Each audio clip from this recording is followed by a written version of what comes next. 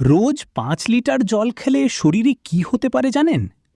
প্রথমে মনে হতে পারে বেশি জল মানেই বেশি স্বাস্থ্য, কিন্তু বাস্তবটা একটু আলাদা।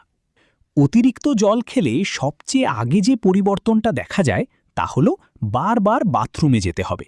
শরীর অতিরিক্ত জল বের করে দেওয়ার চেষ্টা করে। এরপর আসতে পারে ইলেকট্রোলাইট ইমব্যালেন্স। আমাদের শরীরে সোডিয়াম সহ বিভিন্ন মিনারেল থাকে, যেগুলো বেশি জল খেলে পাতলা হয়ে যায়। ফলে দুর্বল লাগা, মাথা ঘোরা এসব সমস্যা হতে পারে।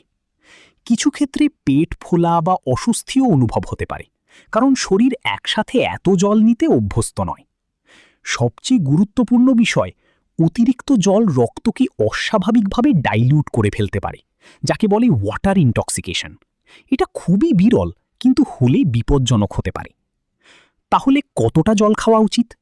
সাধারণভাবে শরীরের প্রয়োজন অনুযায়ী প্রায় ২ থেকে ৩ লিটার জলই যথেষ্ট। তবে এটা নির্ভর করে আপনার ওজন, আবহাওয়া এবং দৈনন্দিন কাজের ওপর। মনে রাখবেন, ব্যালেন্সই হলো আসল